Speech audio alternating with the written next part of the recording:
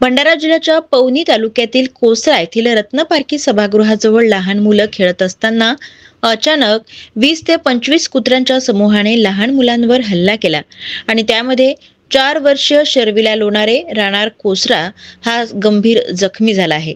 ही घटना काल दुपारच्या सुमारास घडली आहे। कुत्र्याने शर्विलच्या चेहऱ्याला चावून विद्रूप केले।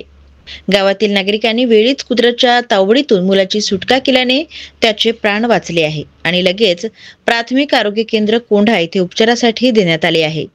तर येथील डॉक्टरांनी प्राथमिक उपचार करून भंडाऱ्याला हलविले, परंतु भंडाऱ्याहून सुद्धा प्रकृती गंभीर असल्याने नागपूर येथे उपचारासाठी पाठविण्यात आले आहे।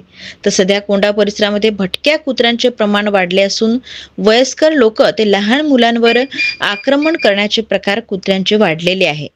कोंढा व कोसरा ग्रामपंचायतीने बंदोबस्त करणे गरजेचे आहे आणि शर्विल लोणारे याच्या चेहऱ्यावर कुत्र्याने चावल्यामुळे नाक आणि तोंड याचे लचके तोडले आहे। मुलांची प्रकृती सध्या गंभीर असून त्याच्यावर नागपूर येथे उपचार सुरू आहे।